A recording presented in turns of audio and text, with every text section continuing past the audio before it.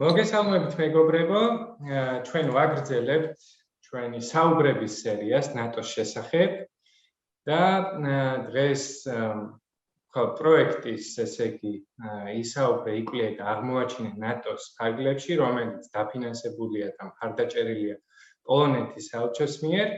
დღეს ჩვენ გვეყოლება ძალიან საინტერესო სტუმარი და განვიხილავთ ნატოს მომავალს. ახლა გადავალ ინგლისურ ენაზე და მოგვიანებით თქვენ უკვე შეგეძლებათ ქართული სუბტიტრებით ჩვენი ვიდეოების ნახვა. So, welcome everybody. I'm Sandro Megreliშვილი from Georgian Center for Strategy and Development.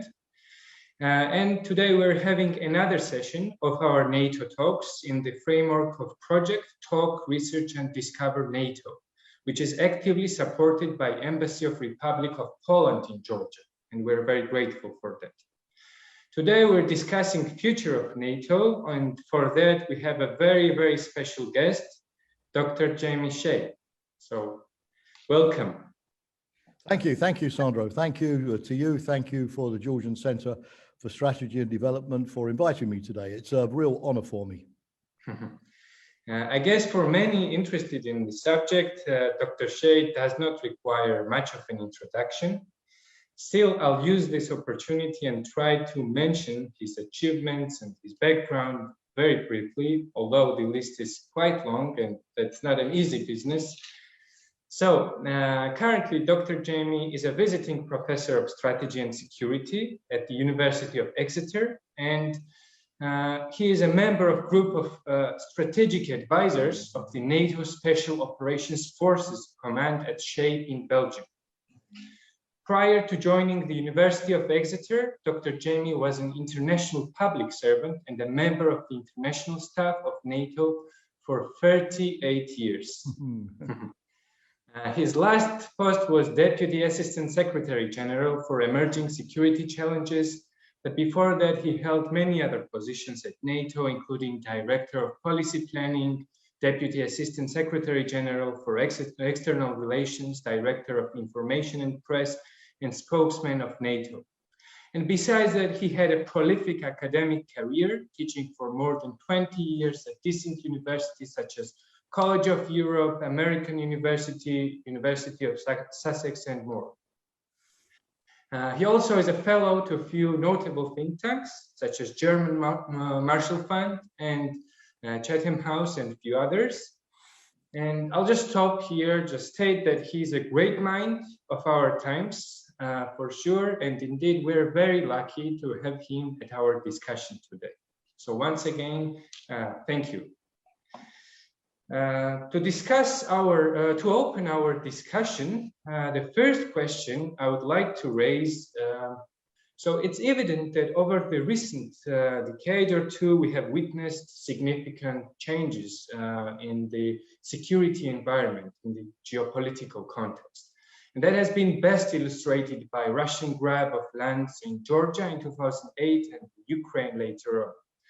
And what we have seen is from more cooperative and liberal rules-based order, the world is moving towards more competitive and hostile environment where liberal democracies are challenged by authoritarian rivals, namely China and Russia.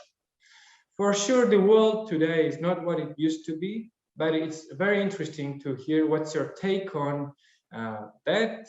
How do you assess today's world? What has been the biggest change in your opinion? And as a historian, I would like to ask you, does it resemble any other period from world history? So that is the question, and the floor is yours. Well, Sandro, thank you very much. Before we kick off and start our conversation, thanks very much for that very kind introduction. The older I get, the less I deserve it, but frankly, the more I want to hear it. So, no, that was very gracious of you. Thank you. You started by asking really all of the most difficult but most important questions. To my mind, yes, the security environment has definitely deteriorated. It's deteriorating also quickly, so it's not just the dimension, it's also the speed. Those two things are the key factors. I think that there are three sort of basic things that we need to worry about. Number one, and you mentioned this, Sandro, already, certain countries are willing to take military risks. They feel that they can get away with it. They can live with the sanctions or the condemnation from the West. They can hold on to their territory. They can impose fait accompli. You mentioned Georgia in 2008, but of course Russian troops were occupying Georgia for far longer than that, yes. But the attempt to actually take chunks of territory formally away from Georgia, that is obviously a massive violation of international law. Then we've had Crimea and of course the Russian incursion into the Donbass, and the threat today, as we speak, the threat today, which is keeping everybody awake at night, of a possible third Russian invasion of Ukraine, given the way in which Putin has been building up his forces on the border. But it's not only Russia. You see this, of course, in the way in which Azerbaijan has used force to regain territory in Nagorno-Karabakh, the frustration with endless peace negotiations, the sense that maybe force is going to pay. The way in which China is daily threatening Taiwan by practicing landing, by sending its aircraft through the Taiwanese air defense identification zone. There's a general sort of sense that once again we're going into a world where states believe that might is right, that they don't have to accept the norms of international law if they don't like them. And at the end of the day, they're going to get backing from other authoritarian states, which will reduce the impact of sanctions. For example, it's quite depressing the way in which, China has sort of been giving Russia sort of illicit support for its activities on the border with Ukraine at the moment. And in the same way that Russia, of course, never criticizes, far from it, anything that China is doing. So the authoritarians are becoming bolder, but they're also showing a capacity to help each other to become more reckless and bolder too. That's worrying. The second thing, and of course also, Sandro, for you in Georgia, this is hardly a surprise, is the emergence of this gray zone. Peace used to be peace, war used to be war. We knew when we had made the enormous transition from one to the other. But today it's not so certain, because we see on a daily basis states acting against each other in hostile ways, but below the military level. The cyber attacks, the aggressive intelligence operations. I mean, just this week, a court in Berlin sentenced a Russian intelligence operative to a term in jail for murdering a Chechen opponent in a park in Berlin. We've had the use of Novichok nerve agents by Russian GRU agents in my country, in Salisbury, the interference in elections, the attempt to sort of manipulate politicians to buy influence, to launder dirty money through Western banks. All of these things that we used to call in NATO, I think we still do, hybrid warfare, which is not, if you like, an existential military threat in terms of individual operations. But over time, these hybrid warfare campaigns test the resilience of the West. They look for vulnerabilities, they sow division, they polarize political debates, they create fear, they're designed to intimidate. So we are at peace in the democracies and believe that a transition to war is a big thing. But the authoritarian states are already at war with us, but in this sort of grey zone area where they're constantly looking for leverage and probing.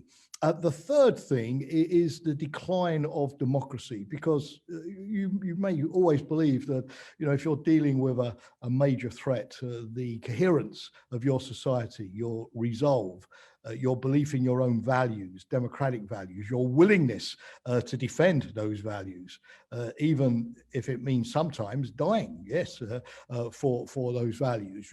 What has got many societies in the past through extremely difficult situations is the democratic resilience of their societies. The willingness to stay the course, the willingness to fight, the social cohesion around rectifying an injustice. And I think today that is in question. The social media, the disinformation, the fake news environment has created, as you know, growing doubt about the authority of governments, the official narrative, what is truth. We live in more polarized societies.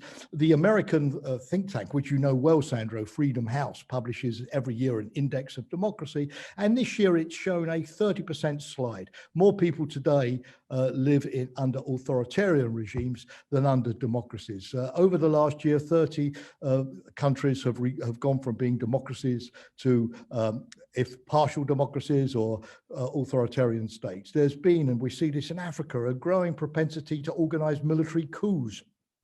Indeed, we see, more forces not willing to accept the result of elections. It's depressing that 70% of Republican voters in the United States continue to believe that the election was stolen. We have more what you might call anti-system parties in our democracies. In other words, political parties who are openly advocating terminating democracy, suppressing votes, going back on important human rights legislation, refusing to follow what the federal government says, and I could give many examples of this. So you have to be worried, frankly, in a West which is based on the notion that democracy is its greatest strength, both internally and externally, at the rapid erosion of those democratic standards in a number of our countries. And of course, all of these things are combined.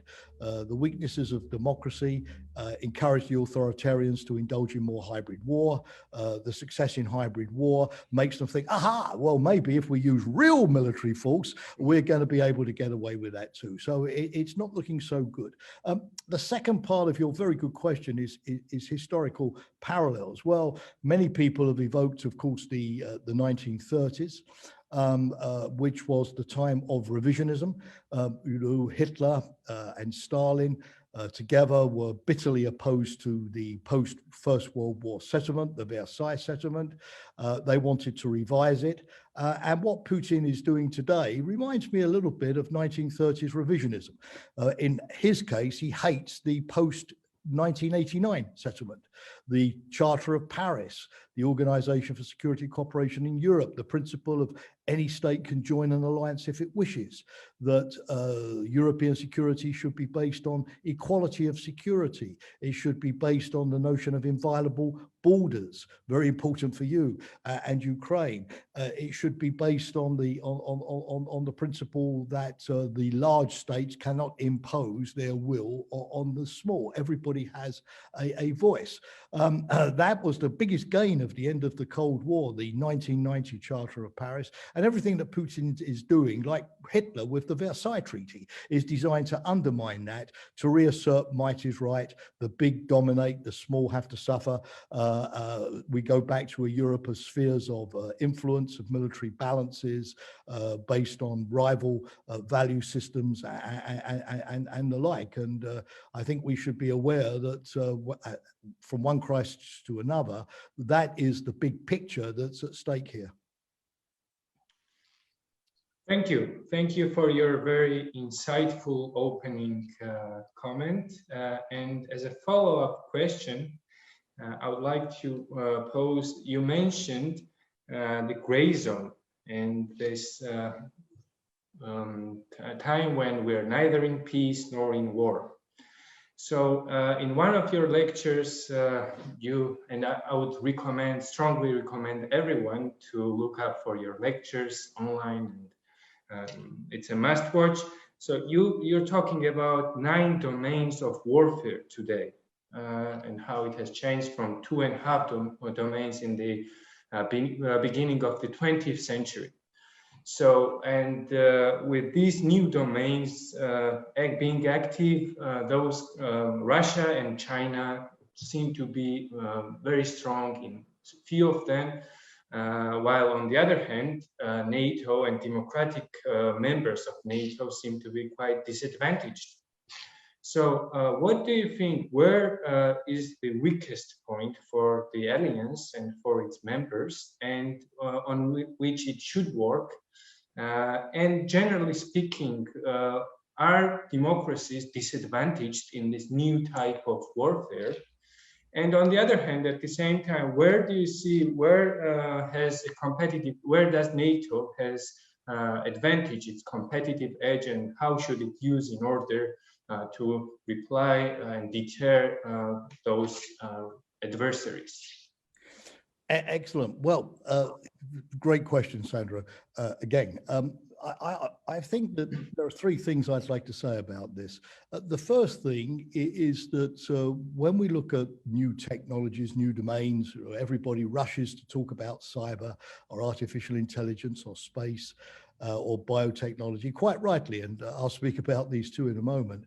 One thing we mustn't forget is that the old-fashioned warfare still matters. I mean, Azerbaijan used, tanks and troops and artillery and firepower to overcome Armenia in Nagorno-Karabakh with the help of Turkish drones, of course. But this was still a classical army fighting and defeating, or at least pushing back, another classical army. What Putin is doing at the moment on the border with Ukraine is not cyber warfare. It's 1,300 tanks, 1,800 artillery, multiple rocket launcher systems, 49 motorized brigades, and Iskander missiles, conventional short-range missiles.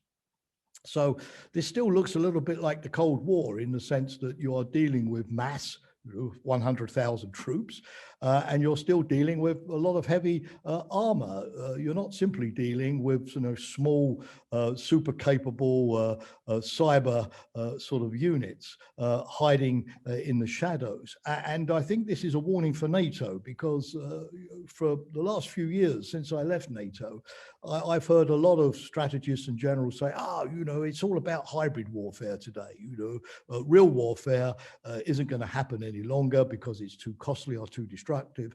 And therefore, let's just reform our armies to be, very high tech, very small, and to deal with, border infiltrations and to deal with fake news, to deal with cyber attacks. And I'm a bit worried because if you look at the situation today, Russia does both. It does the big conventional stuff, which it's using to intimidate Ukraine, but it also does as we saw in Syria, the drones, the electronic warfare, the jamming, the cyber attacks, the over-the-horizon missile strikes, and everything else. And when you look at NATO, who does the big armor today? Not the Americans. They have 87 tanks in Poland. Not the Brits, who have now cut their army down to 70,000 in the latest British integrated review of foreign policy and defence.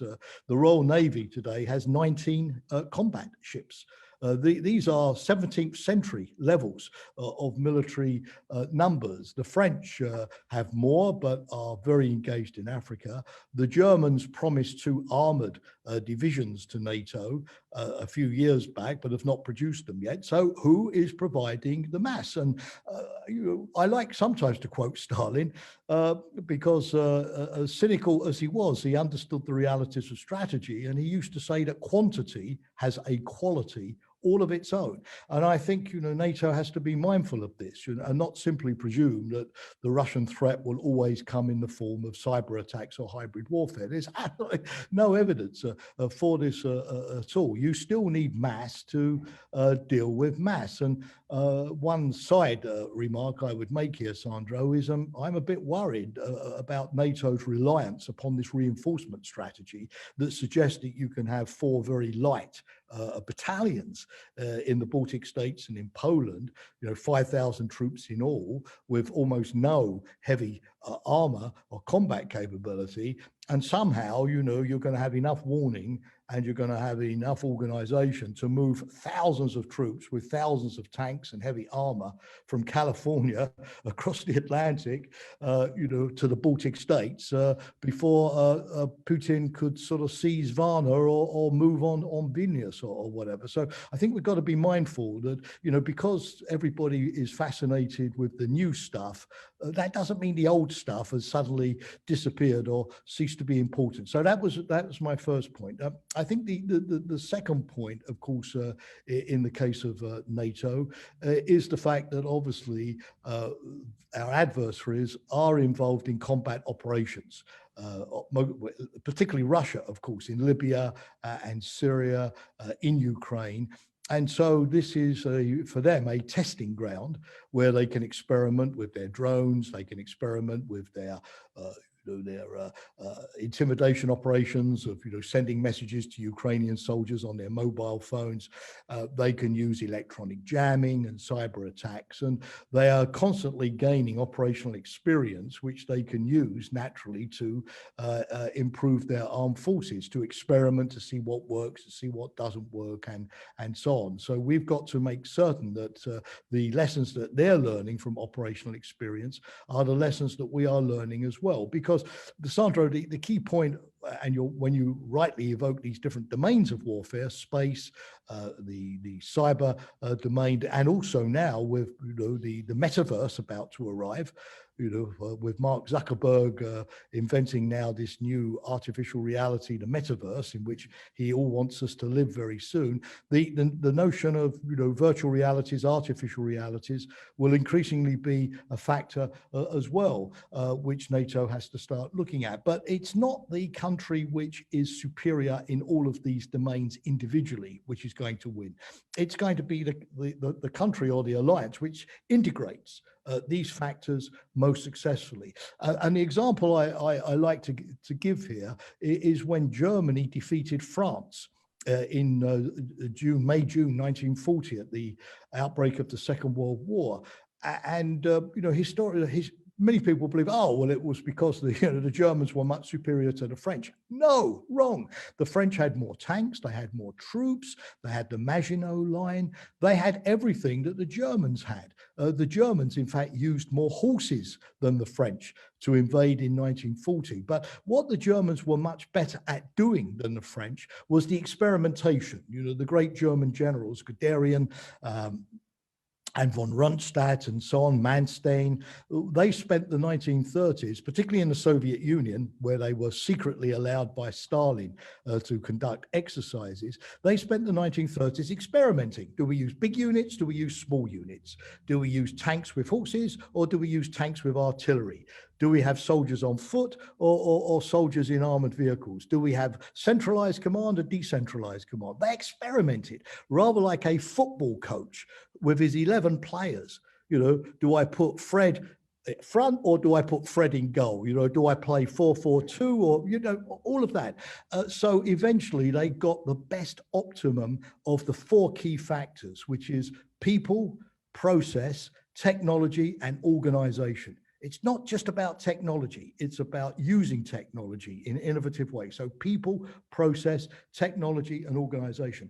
And the Germans decided that sometimes, if they had 1 million Reichsmarks, the money was best spent on improving technology. But other times they concluded that those 1 million Reichsmarks would be better spent on training the people or on conducting a reorganization strategy. So this is the key. It's about the integration, the synergy of the effort, who works across the domains from the classic to the new most successfully. And of course, the problem today is that the adversaries are not only gaining the operational experience, but they're investing large sums, China particularly in gathering data for artificial intelligence algorithms, and they are showing a capacity to innovate. In the old days, it used to be, we have all of the technology, and what we have to do is stop the Soviet Union stealing it, or slow down the rate at which the Soviet Union can steal our technology. But today, that's not the case anymore. First, they can buy the technology from Israel or from Brazil or from India or all of the other countries that are now entering the market. So horizontal proliferation of technology is becoming more important than the old vertical proliferation. That's the first thing. And of course, they are, particularly China, investing in their own research and development. But there is finally, Sandro, one advantage or two little advantages that the West still has, which we need to exploit. One, of course, is research and development and our free societies. Giving freedom to our academics, the startups, the venture capital, Silicon Valley, with the creativity, globalization, innovation, using all of the best talent in a free way. We still have a big advantage there, which we need to exploit. Totalitarian systems will always be slow with research and development because they will put ideological constrictions on their people. So we need to exploit that. The second thing is norms. The Chinese and the Russians don't do norms, or only in a very clumsy way. But when it comes to the norms of governance in cyberspace, a code of conduct on artificial intelligence, NATO has now done a code of conduct on artificial intelligence. When it comes to the debate at the moment, which is a big debate, Sandro, about the traffic light system in space, the governance of space to avoid debris, crashing into the International Space Station, the highway code, as we say when you're driving your car. The West is in the lead there, and Russia and China don't really have allies. They don't, they have satellites, but they don't have allies. Very few countries, maybe Lukashenko of Belarus is the only example here, really, want to ally with them. They're alone, nobody loves them. But the West, we have partners. NATO, we have 45 different partner countries. People want to join us. People want to work with us. And so we are in a stronger position to set the norms, the rules of the game. You can do this, but you can't do that. You can't put those weapons in space. It's forbidden. You're breaking international law. And so I still think this normative aspect is a big advantage that we need to make more of now, because otherwise we're always chasing the technology, or like with cyber, always trying to sort of retrofit the security into a civilian technology, which is already mature. And we know, obviously, from the cyber domain, just how difficult that can be. Sorry, Sandro, that was a very, very long answer. But it's a key question, a really key question. Yeah. Thank you for your brilliant answer. And I just selected a few issues from it. You mentioned that military hardware and quantity is very important. Numbers are important. And you also mentioned the coordination and integration is also very important. So with the West being not always very united, and even with Joe Biden reconfirming its commitment to NATO and its allies, we still see that there are much differences there.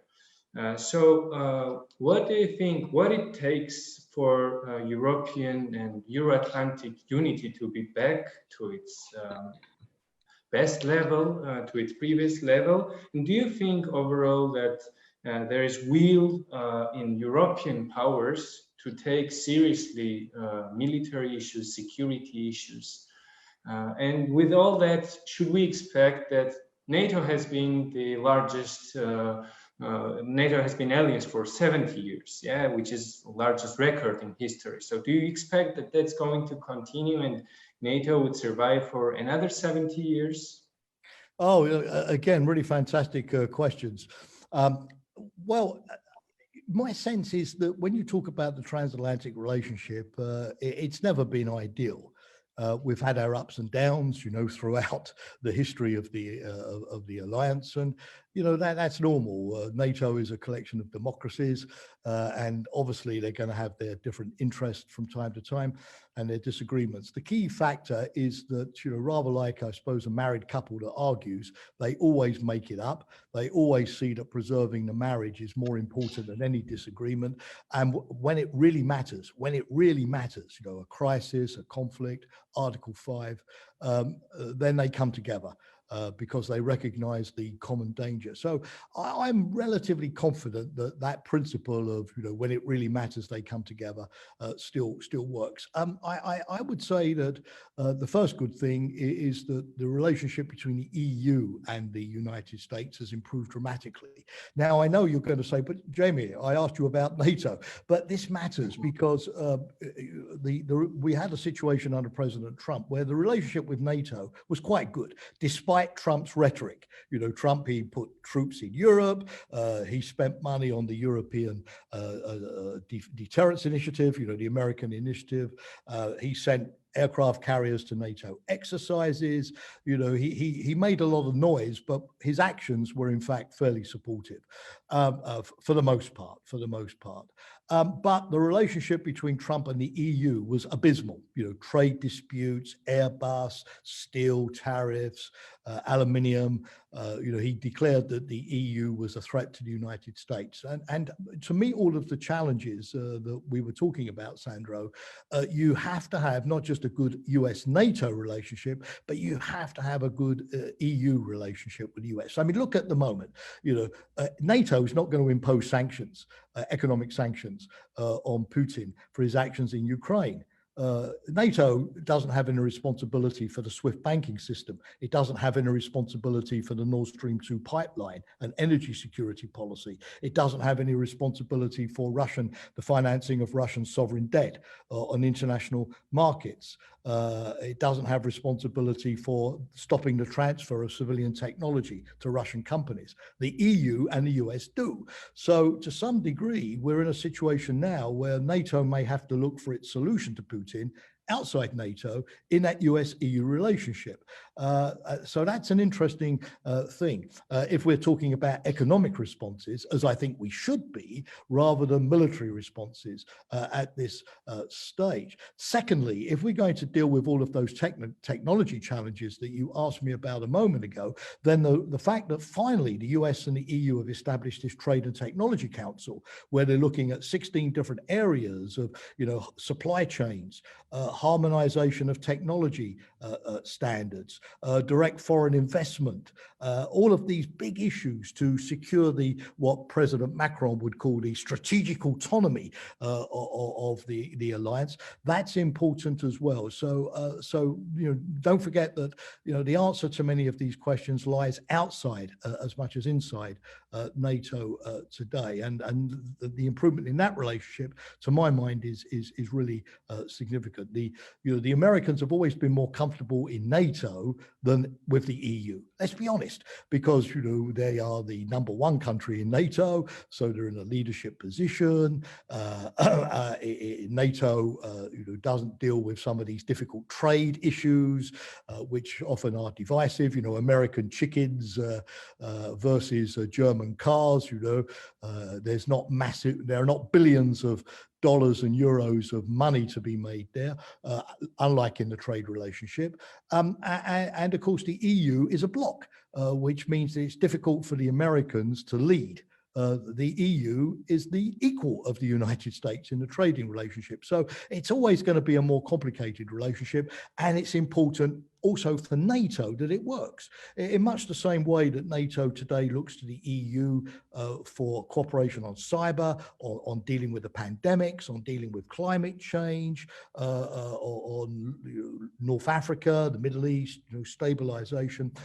You know, we need that part of the transatlantic relationship to be functioning as well. The military track is no longer enough. The second remark I would say quickly is that, you know, the US military involvement in NATO is perfect. You know, the Americans have got forces in Poland. Biden was clear that if Putin invades Ukraine, he will send more American troops to Eastern Europe. The United States is building an anti-ballistic missile defense system for NATO in Europe. The Americans send B-52 bombers, B-2 bombers, the Harry Truman aircraft carrier to Europe for exercises. I think the American military involvement in NATO is still strong. The real problem, as we know, is the politics. You remember that President Macron made a big noise back in 2019 when he declared in an interview in The Economist magazine that NATO was brain dead. This upset a lot of people. Macron was being deliberately provocative, but he was right in a sense that clearly, you know, you want America and Europe to consult on the big issues and work together. You know, the withdrawal from Afghanistan, let's be honest, was not a great story for transatlantic cooperation. You know, particularly in an operation where you know, almost as many European soldiers died as American soldiers over 20 years.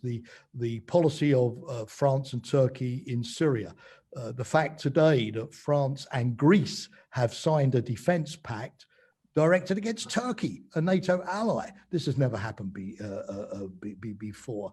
You know, the whole coordination on issues. I mean, for example, just last week we had an issue where Biden speaks to Putin on the phone, then says that maybe the US will seek, I quote, accommodations with Russia, then speaks to just 4 European countries, France, Germany, Italy, and the UK, and then there is panic in Central and Eastern Europe that, you know, these important issues with Russia are not being discussed around the NATO table. And the next day, Biden speaks to the Bucharest 9 countries to reassure them that, okay, everything worked out well in the end. But the point I'm making is that, you know, on some of the really big issues, AUKUS, you know, the US, UK submarine deal with Australia, which upset the French very, very badly. You know, we are not using NATO as the top table where these issues are discussed and are decided. We're tending to go off into little clubs, you know, little groups. Some are involved, some are not involved. And this will create suspicions that, you know, my interests are being discussed, but I'm not invited to that meeting. And this is not good for NATO. So I hope that the strategic concept, the new NATO strategic concept, which will be decided in Madrid, above anything else, Sandro, is going to recommit the allies to using NATO, not the Bucharest 9, not AUKUS, you know, not the US EU military dialogue, not the Visegrad group, you know, you understand it. To use NATO, where everybody is present in an equal way to discuss these things and plan the strategy. And here, NATO is very good at reacting. You know, crisis comes, okay, crisis mode, we are. What we need to do is anticipate. We need to get better at preventative diplomacy, how we can stop the crisis in the first place, and, you know, get NATO to look a little bit more forward into the future and plan ahead more. So to my mind, just to put it in one sentence, US-EU military relationship working very, very well. US-Europe political relationship, not bad, but could be improved. Super, brilliant answer. Thank you for that once again.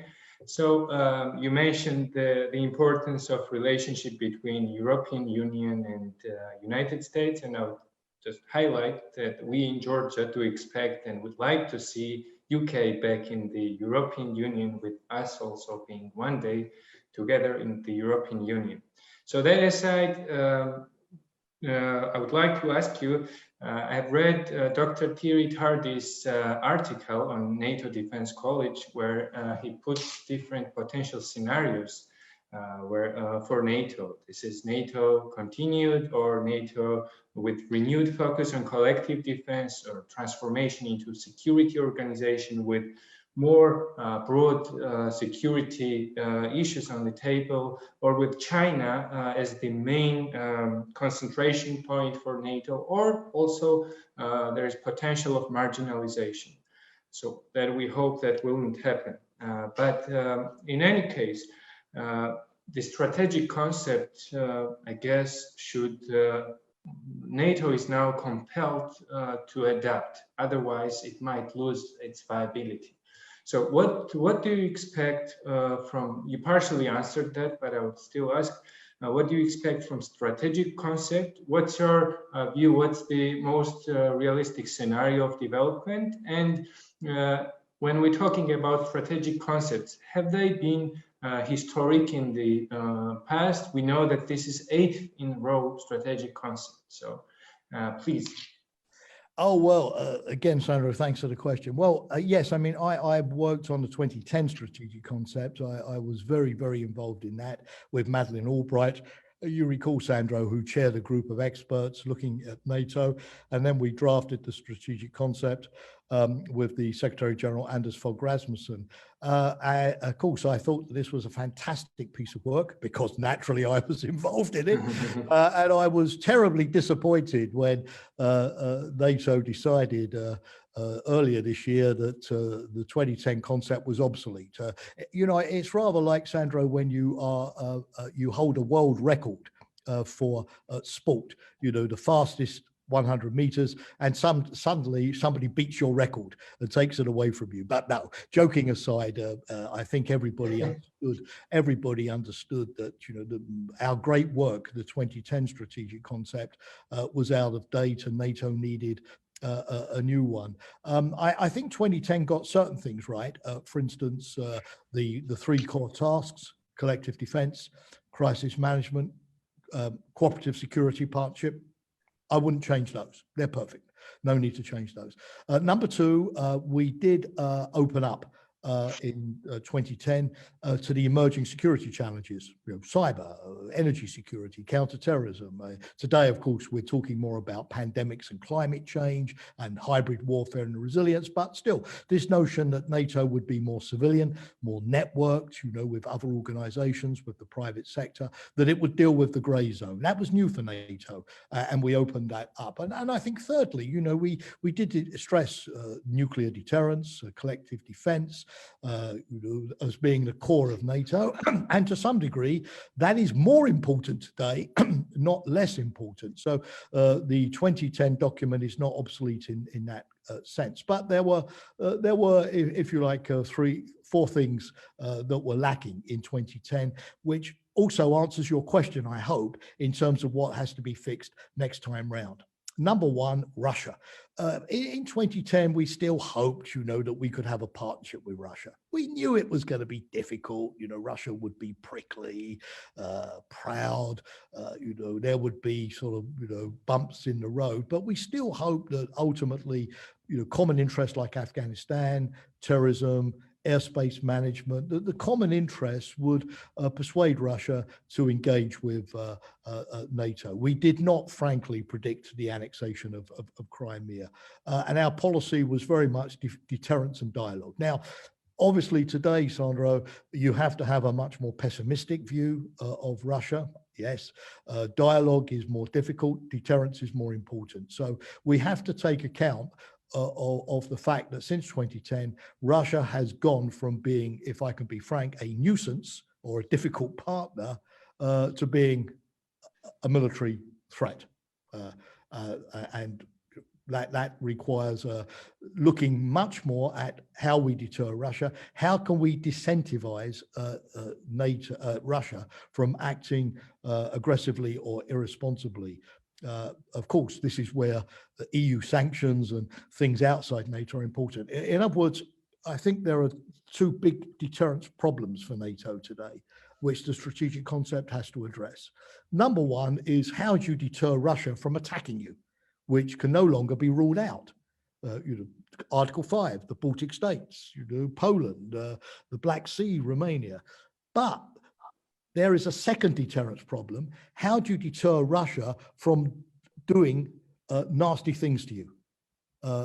Attacking your partners like Georgia or Ukraine, undermining your democracies, interfering with your banking system, stealing your intellectual property in cyber attacks like, the ransomware attacks, the SolarWinds and Colonial Pipelines and so on in the United States.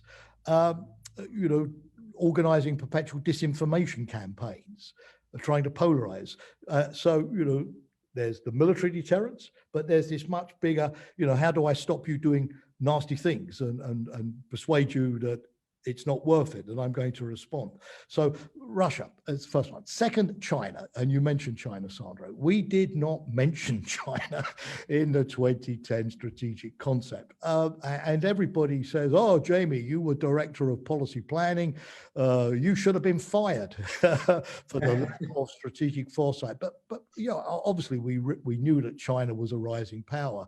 But Sandro, you must remember that the 2010 concept was written in the wake of the financial crisis. You remember Lehman Brothers of 2008. And at the time, the threat to the international system was really from the collapse of banks. Credit, the paralysis of the global economy. It was an economic crisis. It wasn't a military security crisis. And we saw China as playing more in those economic areas than the military areas. And of course, today, unfortunately, you can't say that any longer. China is a systemic challenge.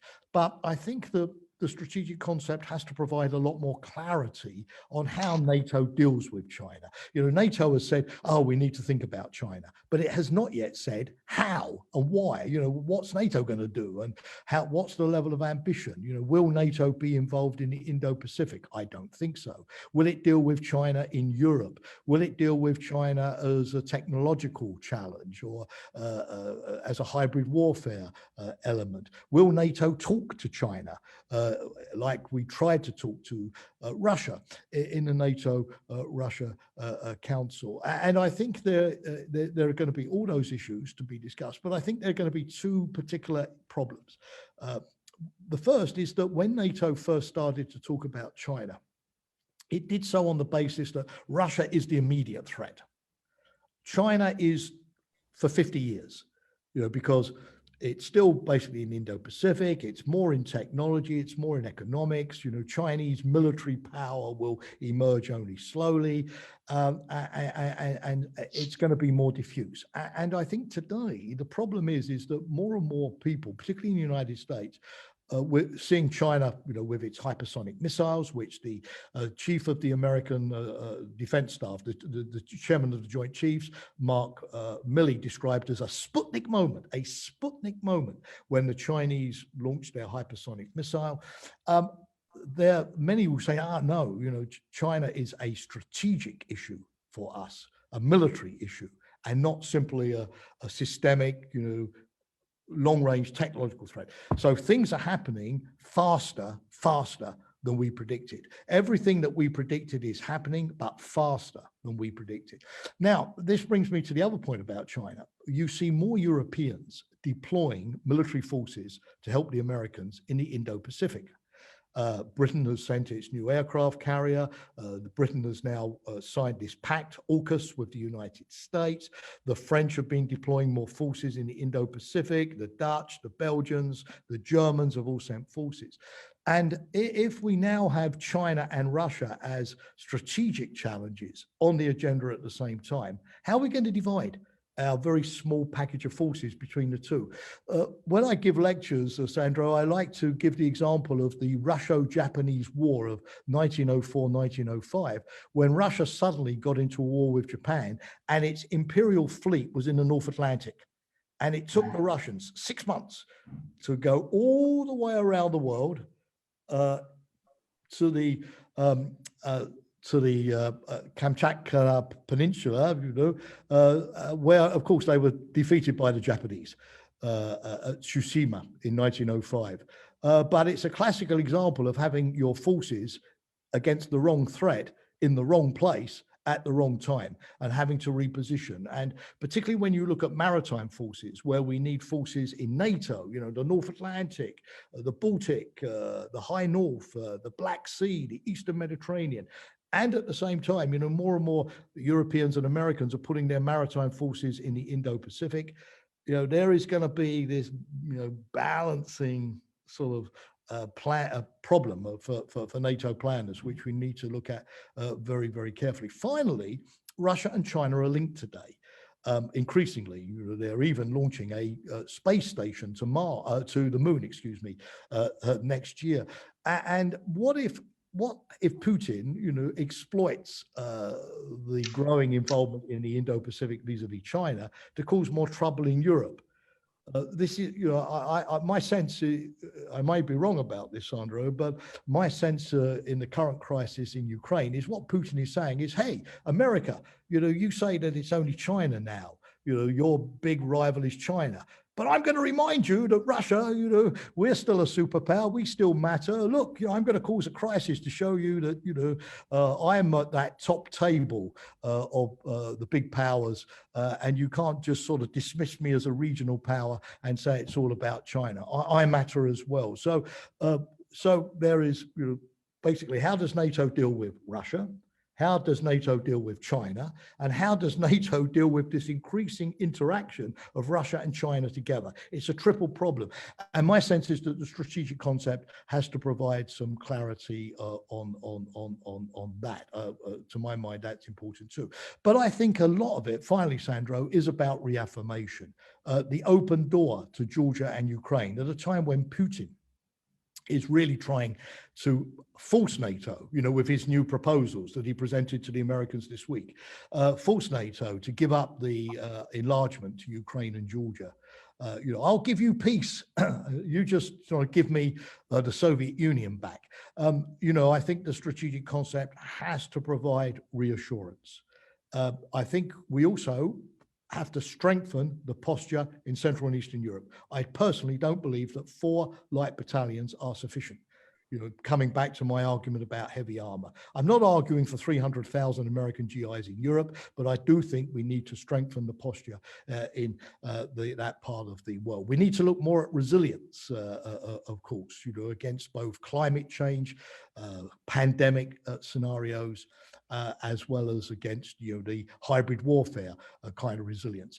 But the final thing, excuse me, a very long answer, but the final thing is European defense.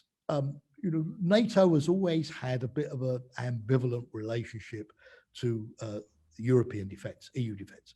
We want you Europeans to do more.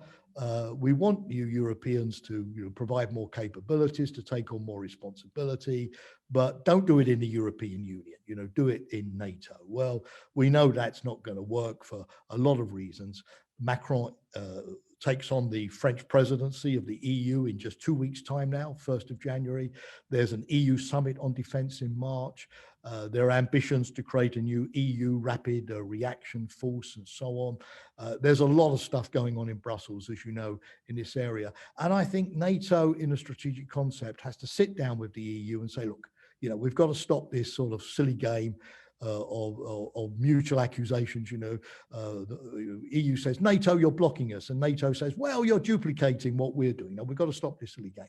The strategic concept has to have 2 organizations sitting down and say, right, how do we make European strategic autonomy work for the EU and work for NATO? What's going to be the relationship here so that we can move this forward and get beyond these ideological debates? What can you Europeans do which would take some of the burden off the United States and give a greater military profile?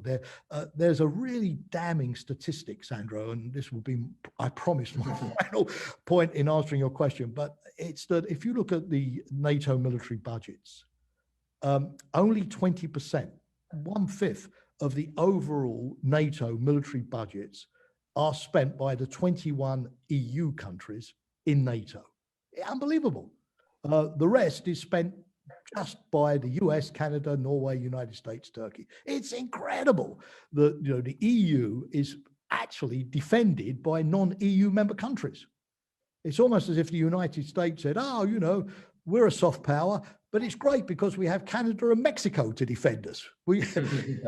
You cannot imagine the US accepting that situation. So, I think we need to tackle that. So to my mind, those would be the really big things to look for. Again, I really apologize for an extremely long answer, but it's the key question, I think, for... No, yes, we are very grateful for that. And I have so many questions. You raised so many issues, but I have to be very selective. It's very hard to select. So you mentioned the disbalance in the budget, and EU is kind of reluctant, we could say, to spend more money, to invest more resources in military. Some commentators have rightly referred that, or maybe not rightly, but referred that potentially with dealing these new threats, USA and European powers have to divide their workload, with European powers concentrating on Russia, while United States concentrating on China. So, but it's still not evident. We still don't know whether European Union, taken collectively, or European states will share that burden. So my question is, do you think that there will be, basically I think there is a problem of will, and we still don't see that European states are ready to take that burden. So what should happen in order to change that? And does you have potential to really play that role to deter Russia and be a real security player in the geopolitics? Again, great questions. Well, the first thing is that actually European defence spending is not bad. Just last week, the European Defence Agency published its annual report, and it showed that the EU last year spent 190 billion euros on defence. That, of course, now excludes the UK. That's not bad. That's an 8% increase on the previous year. And if you look, Sandro, at SIPRI, you know, the Stockholm International Peace Research Institute, which every year publishes a inventory of global defence spending, it's going up. It's about 1.6 trillion a year. That's a lot of money for defense. But the biggest rise is Europe. You know, the US up, China up, Russia, the Middle East, Saudi Arabia, but Europe is the biggest rise. And to some degree, you know, President Trump, former President Trump will say, yes, I'm going to take credit for that because, you know, no, really, you know, the NATO 2% rule, I pushed very hard, you know, the Europeans didn't like it, but they listened to me, you know, Germany increasing, more countries in NATO, not enough, right? But more countries in NATO reaching the 2%, more countries spending on modernization. There, you know, and the Secretary General reports that, you know, since Trump took office, NATO has added about $400 billion to the overall defense budget. So NATO, frankly, yeah, it's a big spender. The Russians always point out that, you know, how can NATO consider Russia as a threat when NATO spends about 7 times more on defense than Russia? It's something sometimes that we need to think about, indeed. So the money is there. I mean, for example, today, the average of European defense spending compared to GDP is 1.5%. So it's not 2%, but it's 1.5.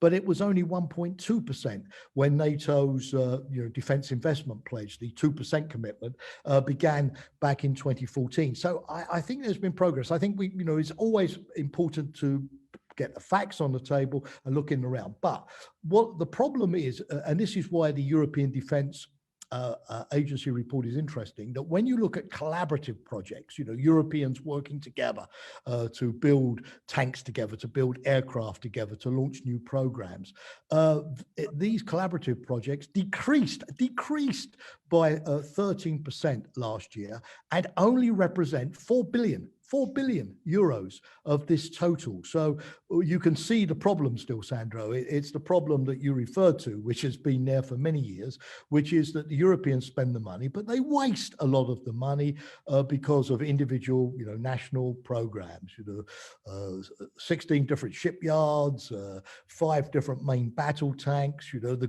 Swedish Gripen aircraft is competing with the Eurofighter for the markets and the rest. And so there is still a great deal of work that the EU needs to do to form a truly competitive defense market, you know, a lack of competitive bidding and so on. So Europe should be able to get a lot more military capability from the money it spends. But on the other hand, you know, the Europeans are showing some solidarity. The French have persuaded Germany, Denmark, Norway, Belgium, the Czech Republic, Estonia to join it in Mali, in Africa. You know, in operations Barkhane and now the new operation Takuba. So, you know, the Europeans are showing a greater willingness to help out. You know, it was not easy for the Norwegians or the Danes or the Estonians to sort of see Africa as a responsibility. But there is now, I think, in the EU, Sandro, a greater sense that, you know, if you want me to help you in the Baltic states, then you have to show some sympathy for my problem, you know, in Mali or Burkina Faso, Central African Republic. I mean, for example, it's interesting, Sandro, that at a time when NATO is doing fewer interventions, you know, I was at NATO headquarters last week, and, you know, the mood on Afghanistan is never again, you know, never again, stop, you know, collective defense, no more interventions. But the EU now has 17 military interventions.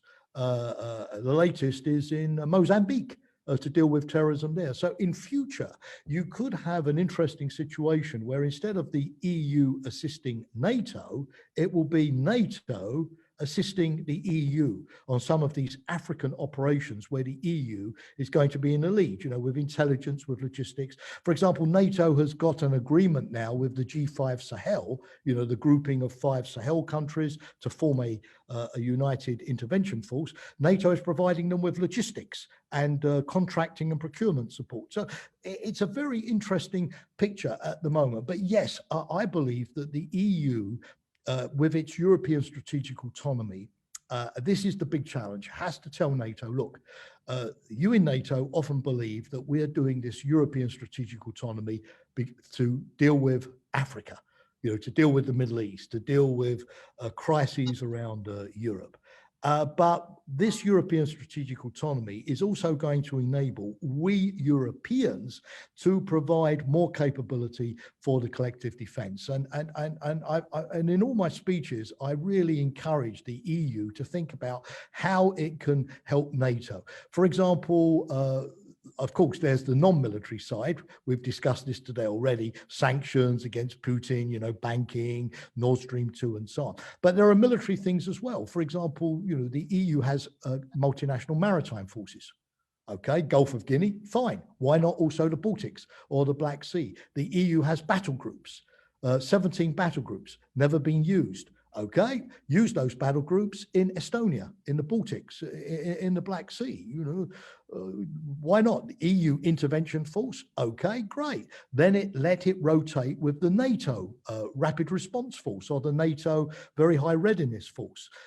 EU space assets like Copernicus, which is one of the best space observation assets, share all the data with NATO. That you get from, you know, the EU satellite systems like Galileo, for example, which has a military function. You know, make that available to NATO. We could talk a lot about this, you know, cyber capabilities and so on. But if the Americans see that European strategic autonomy is also filling roles in NATO and not just for EU operations in Africa, then I think that they would become more favorable to it. And I think that's one of the challenges we face. Also, finally, Sandro, you have heard of this. I don't know if the viewers and listeners, if we still have any after my long but you've heard of PESCO, right? You know, the permanent structured cooperation with at the moment about 60 different projects. Well, make those projects correspond to NATO requirements. You know, NATO needs a radio. Okay, we are going to, in the EU, organize a PESCO program to deliver that radio to NATO. You know, diplomats need a bit of imagination here. And then I think we would be on more solid ground. Thank you once again for a very informative and very insightful comment. On my side, I would add that we would be very happy and we cheer for that, for you to take stronger responsibility for dealing specifically the European security. And we'll be happy to see that in the coming decade. I can't resist to ask a question, and one of the final questions about Georgia, and you're a historian, and I would use that opportunity. So you know that since regaining independence in 1991, Georgia constantly had security dilemma, existential threats posed mostly by Russia, and that was best illustrated in 2008 Georgia-Russia war. Russia-Georgia war. So our strategy for those decades has been to stick with the West, to develop partnership with the West, and that choice is important, that it's not only security related and it's not only security calculations, but also civilizational. It's based on our identity. And so far, the strategy has brought vast political and economic support as well as military support, which is very important, but it's short of security guarantees, that famous security umbrella that NATO spreads over all members.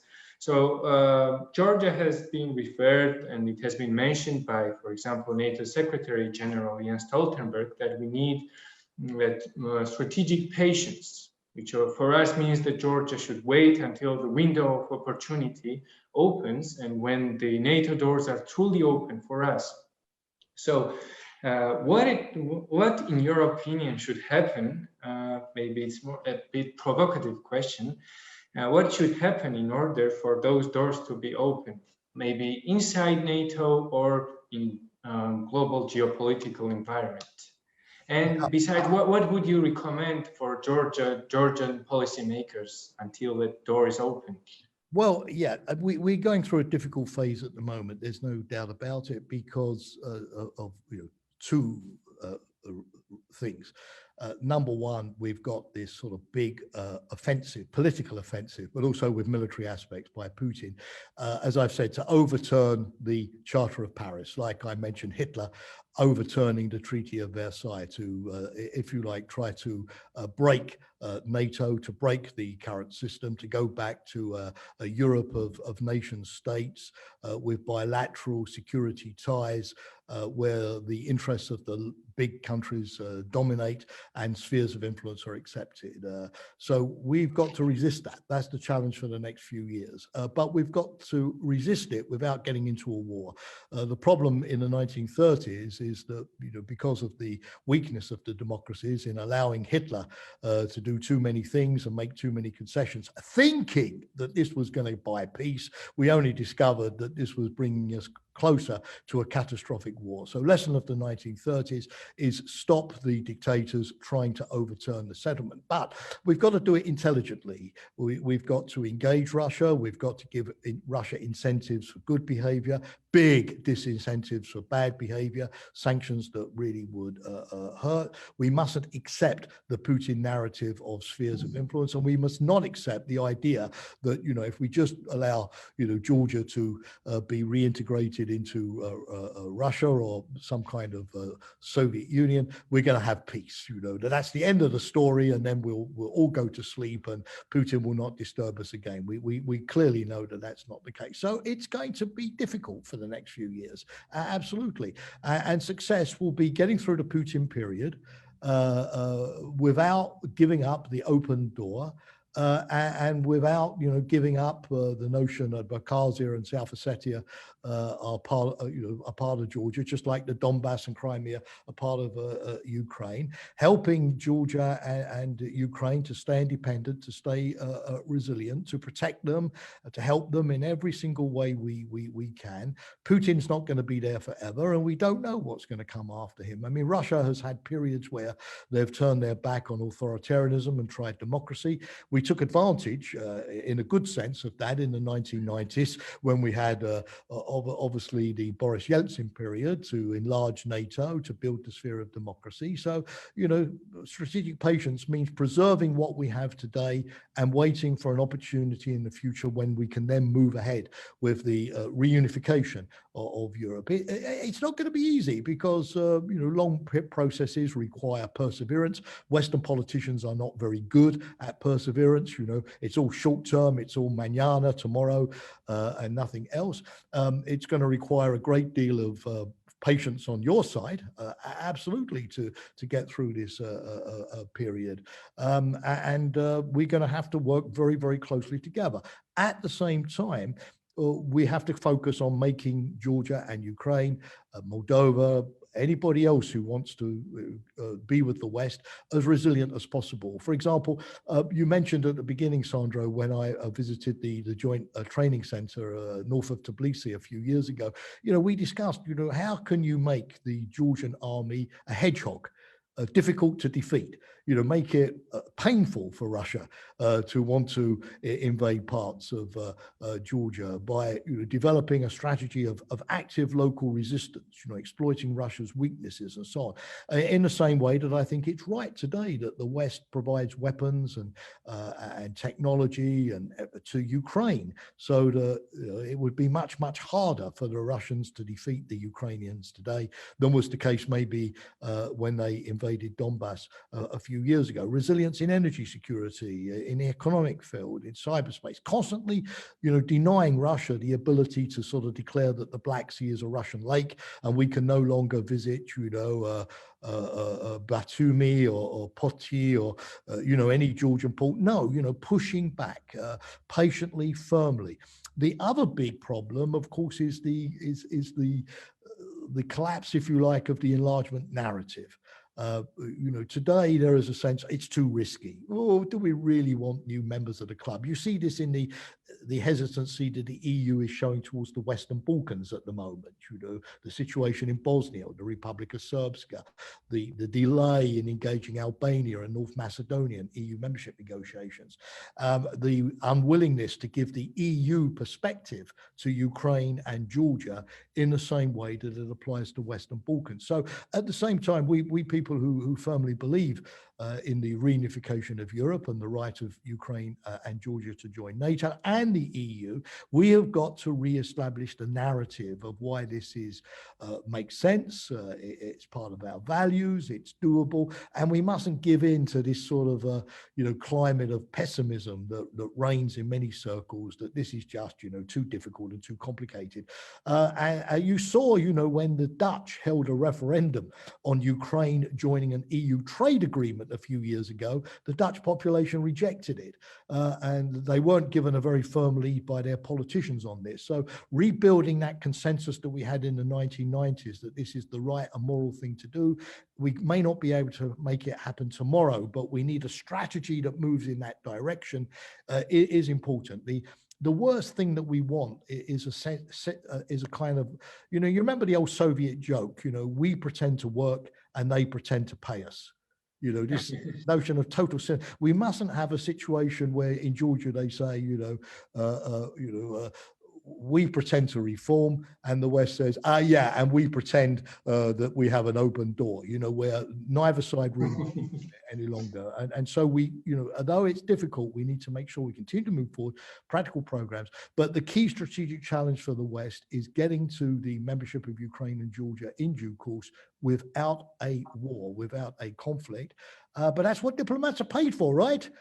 Diplomats get good salaries precisely because there are difficult problems, and we need sensible, intelligent people to come up with good solutions. Thanks for your brilliant answer, and I do hope that it's gonna finish. The pretension will finish soon, and will reform, and the open door policy will be realistic. So the very last question, and we can finish with that. I would like to mention climate change, and the threats posed by it have been addressed more and more often in official NATO documents and official statements in the recent years. The NATO 2030 final report has called for NATO to play a more active role, and even suggested creation of the Center for Excellence on Climate and Security. So far, countering threats posed by climate change has not been among primary functions of NATO. But considering the seriousness of the issue, do you think that can change, and should NATO play a more increasing role, or do you think it still should concentrate on defense and deterrence related issues?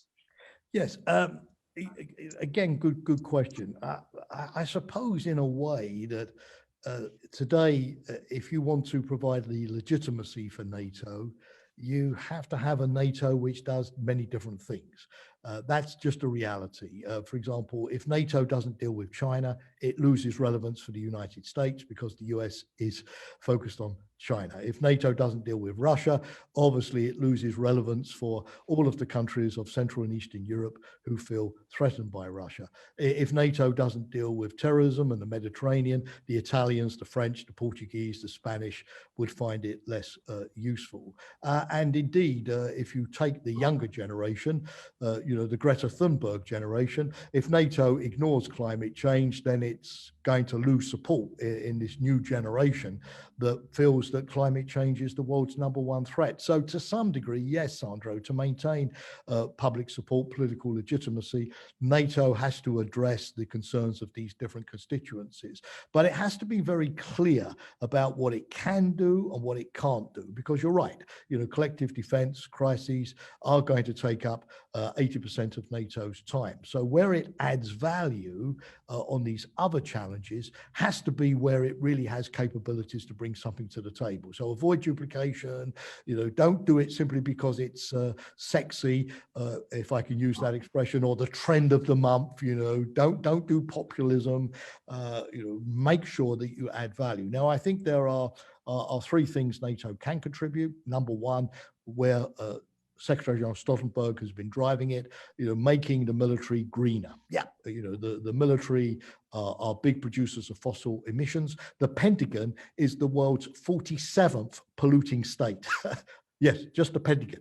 It's amazing, but because of course, aircraft, tanks consume fossil fuel. So yes, the military can't say, oh, we have a free pass, we're exempt, the rules don't apply to us, even if they can argue national security. Yes, I mean, the military have to also see how they can bring the emissions down.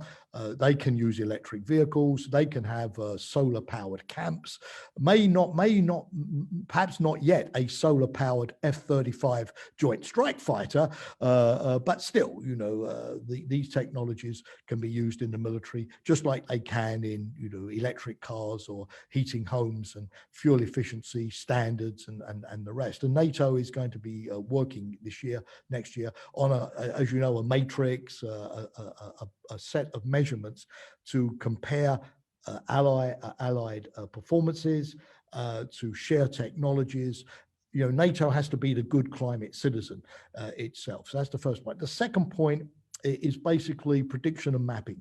We know that climate change is going to cause conflict, or at least drive the factors that cause conflict: desertification, migration, food supply, water supply, more disputes over resources. Look at, the dispute between Egypt and Sudan and Ethiopia at the moment regarding the Nile and the Ethiopian Grand Renaissance Dam project, which is causing a lot of tension. The Egyptians have even threatened to go to war against Ethiopia over this. We know in hindsight just how climate change in Syria and Afghanistan drove civil unrest and opposition to government and so on, particularly when people get displaced and become vulnerable to radicalization. So we have a better understanding. And I think NATO, with its satellites, with its intelligence, with its meteorological capacities, can provide a lot of data to the international community to try to predict how climate change and bad governance, ethnic disputes could cause war, so that we have a better early warning system. The third thing is that the military have a lot of credibility in our societies. If you look at public opinion polls, teachers, wrong. Journalists, wrong. Politicians, in terms of public trust. Unfortunately, it's true. The military, though, are still trusted. In the United States, in my country, the UK, when a military leader says something about climate change and why it's important, people listen, because people think, these guys have authority and so on. And therefore, if they say that we should be paying attention, we believe in them. Now, the military have got to use their voices wisely, and not say silly things or drama for the sake of drama, but they are a powerful intellectual leader. And one thing that I think is important for NATO is to establish rules for geoengineering. What worries a lot of us is that the Chinese and the Russians or others are going to say, hey, climate change is getting out of hand. We now need to do incredible things like block the sun. We need to fire nuclear weapons into the atmosphere to block out the sun, and really risky things that could destroy the planet if they go wrong. And I think NATO and the military have a role to say, look, in the United Nations, we need global rules on all of this before countries start doing stupid things, which could solve their problem, but at the expense of vastly undermining the climate security of other countries, diverting rivers, starting to try to interfere with rainfall patterns, solar flares. It may not be for tomorrow, but as I said, everything that we predict happens faster than we predicted, and we need to be prepared for that. I just make, if you'll forgive me, Sandro, I know that we've had a good. On the contrary, please. But one final word. I think there is a slight issue, though, that NATO needs to confront. As NATO deals with pandemics and climate change, we are finding our military being increasingly used within our countries. Here in the UK, we have soldiers at the moment dealing with flooding in Scotland and the north of England, repairing electricity lines. We have soldiers carrying out vaccinations against the Omicron, you know, the booster jab against the Omicron COVID variant. We have had soldiers driving fuel trucks to petrol stations, you know, for supply chains. We have soldiers dealing with migrants coming across the English Channel illegally on boats. You know, where I also live in Belgium, we have soldiers guarding railway stations, soldiers guarding airports. The danger is that we may start seeing the military as a kind of police force or a social worker, you know, increasingly dealing with issues at home. Today, you are more likely to see a soldier, as I say, outside the Gare du Nord in Paris, as in Kabul or anywhere else. And I think, you know, the function of the military is the defense of our countries against external threats. I'm not against using the military to deal with, you know, flooding and storms and, you know, hurricanes and where we are more and more on humanitarian missions, sending our military forces. But if we start seeing publicly that the function of our military is essentially to be a kind of on-call reserve for domestic contingencies, those troops will not have the training, the equipment, the skills to deal with external threats. And I think, you know, at a time when, you know, in Germany, the German military are flying COVID patients from Bavaria to Cologne to go to hospitals where there are spare beds. Okay, yes, in the short term, but there is a danger that we will not have, you know, the professional military for war in extreme contingencies. So I think NATO needs to look at this and look at, you know, where the balance should be. And maybe we should have, you know, different type reserve forces, you know, citizen armies, you know, like Estonia has a citizen cyber defense league, or, you know, Latvia has a citizen disinformation league, you know, and see maybe, you know, if there are different solutions for these kind of emergency forces that we need at home, so that we don't use our army for things which it's not really designed to do. Dr. Jamie, thank you. I would also add that it's important what you have mentioned, that to keep that balance and when it comes to NATO taking the role of dealing with climate problems, it should, of course, but that should be very balanced, very coordinated, and it shouldn't lose its key function, and should also concentrate on other issues which are also very important. So with this, I would like to finish our discussion, and once again I would like to thank you for spending your time with us. Thank you for being so open and for partnering with Georgian Center for Strategy and Development. And I do hope that this is not our last meeting, and we'll be very happy to see you in Georgia. My organization and myself will be happy to host you here, and hopefully the pandemic will finish soon and we'll have more person-to-person meetings, hopefully. So thank you so much. I think you have covered so many issues. You have given us food for thought, and I'll right away or at some point go back and watch this our discussion once again for sure. Sandro, thank you. It was a pleasure on my side. Thank you to you personally for being a great interviewer and very tolerant of my long answers. Thanks also to your team for setting everything up today. And your wish list is my wish list. So let's hope for a better 2022. In the meantime, Merry Christmas, Happy New Year, stay safe. Merry Christmas and Happy New Year, and stay safe, you too.